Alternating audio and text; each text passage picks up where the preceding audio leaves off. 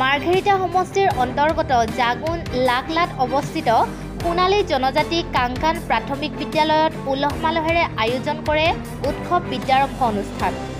উল্লেখযোগ্য যে বিগত 2020 চনতে অসম চৰকাৰৰ এক সিদ্ধান্ত অনুসৰি ৰাজ্যৰ 200খন মিচিং অধ্যুষিত অঞ্চলৰ প্ৰাথমিক বিদ্যালয়ক মিচিং মাধ্যম প্ৰাথমিক বিদ্যালয় হিচাপে স্বীকৃতি প্ৰদান কৰিছিল। ইয়াৰ ভিতৰত তিনিচুকীয়া জিলাখনত একমাত্ৰ অসম অৰুণাচল প্ৰদেশৰ সীমান্তৱৰ্তী জাগুনৰ লাকলাৰ সোণালী জনজাতি কাংকান প্ৰাথমিক বিদ্যালয়খন মিচিং ভাষাৰ মাধ্যম হিচাপে অন্তৰ্ভুক্ত হয়।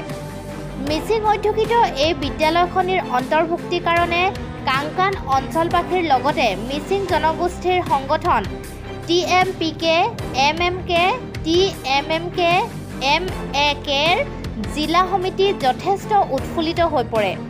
ইয়াৰ ফলস্বৰূপে TMPKৰ উদ্যোগত আজি সোণালী জনজাতি কাংকান প্ৰাথমিক বিদ্যালয়ৰ প্ৰাংগণত উৎসৱ বিদ্যাৰম্ভ অনুষ্ঠানৰ আয়োজন কৰে। কাৰ্যসূচী অনুসৰি পোনপ্ৰথমে মিচিং জনগোষ্ঠীয় পৰম্পৰাৰে মিচিং মাধ্যম বিদ্যালয় হিচাপে শুভাৰম্ভ কৰে তিনিচুকীয়া জিলা সমিতিৰ TMPKৰ সম্পাদকগৰাকীয়ে। তেওঁ বিশেষকৈ এই অনুষ্ঠানস্থলীৰ পৰাই মুখ্যমন্ত্ৰীৰ গৰাকীৰ লগতে শিক্ষামন্ত্ৰী ৰণোজ পেগু তথা বিধায়ক ভুৱন পেগুক আন্তৰিকতাৰে শলাগ লোৱা দেখা পোৱা গ'ল। জাগুনৰ পৰা প্ৰদীপ বৰগোহাঁই ৰিপৰ্ট, টাইম 16 অসম।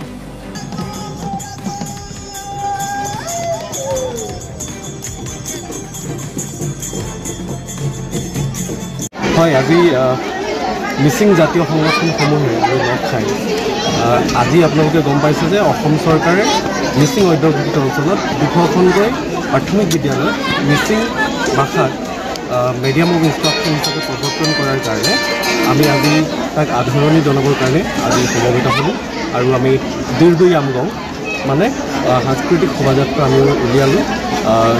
কাংকান স্কুলৰ পৰা গৈ আমি গোটেই জাগুন বজাৰটো ঘূৰি আহি আমি শোভাযাত্ৰা কৰিলোঁ, যাক দুই আমগং বুলি কওঁ।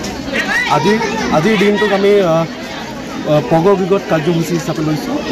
পগবিগত অৰ্থাৎ বিদ্যাৰম্ভ। আজিৰ পৰা আমাৰ সোণালী জনজাতি কাংকান প্ৰাথমিক বিদ্যালয়টো মিচিং ভাষাত আমাৰ ল'ৰা ছোৱালীক শিক্ষা গ্ৰহণ কৰিব পাৰিব, মিডিয়াম অফ ইনষ্ট্ৰাকশ্যন হিচাপে।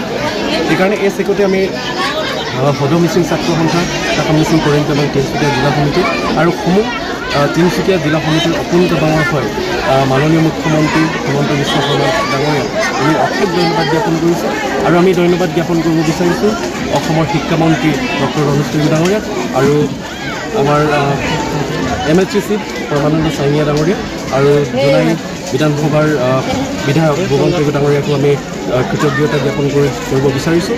তেওঁলোকে এই মিচিং ভাষাক মিডিয়াম অফ ইনষ্ট্ৰাকশ্যন হিচাপে স্বীকৃতি দিয়াৰ কাৰণে আমি মিচিং সমাজে উৎফুল্লিত হৈছোঁ। আমাৰ মিচিং সংগঠনসমূহে আমি উৎফুল্লিত হৈছোঁ আৰু আশা কৰিছোঁ অনাগত দিনত আৰু 200খনে নহয় আৰু আমাৰ মিচিং অধ্যুষিত অঞ্চলত থকা আমাৰ প্ৰাথমিক বিদ্যালয়সমূহক আৰু অন্তৰ্ভুক্ত কৰি মেলি আৰু এই সংজ্ঞাটো বঢ়াবৰ কাৰণে তেওঁলোকক আমি আহ্বান জনাইছোঁ।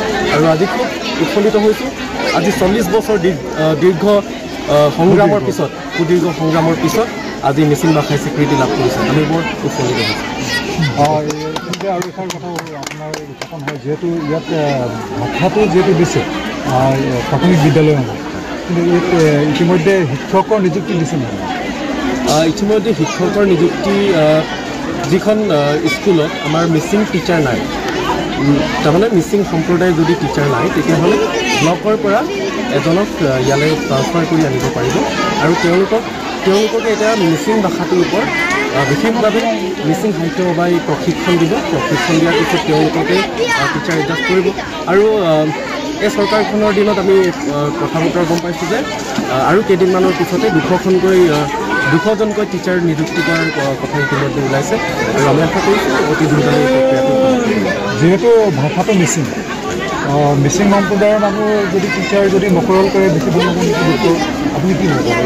হয়, মিচিং সম্প্ৰদায়ৰ টিচাৰসকলক মকৰল কৰিলে ভাল, কিন্তু ইয়াত আৰু দুটা বিষয় থাকিব, অসমীয়া থাকিব, আপোনাৰ ইংৰাজী থাকিব। এই অসমীয়া আৰু ইংৰাজী বিষয়টোৰ কাৰণে অন্য সম্প্ৰদায়ৰ টিচাৰ বা যিকোনো তেনেকুৱা ধৰণৰ টিচাৰো থাকিব পাৰে, যিকোনো কাবিলিটি টিচাৰো থাকিব পাৰে, তেওঁলোককো আদৰণি জনাইছোঁ। কিন্তু স্পেচিয়েলি মিচিং ভাষাটোক যিহেতু বঢ়াব, চ' আমি বিচাৰিছোঁ ইয়াত মিচিং শিক্ষকসকলে পঢ়ক, সেইটো আমি বিচাৰিছোঁ।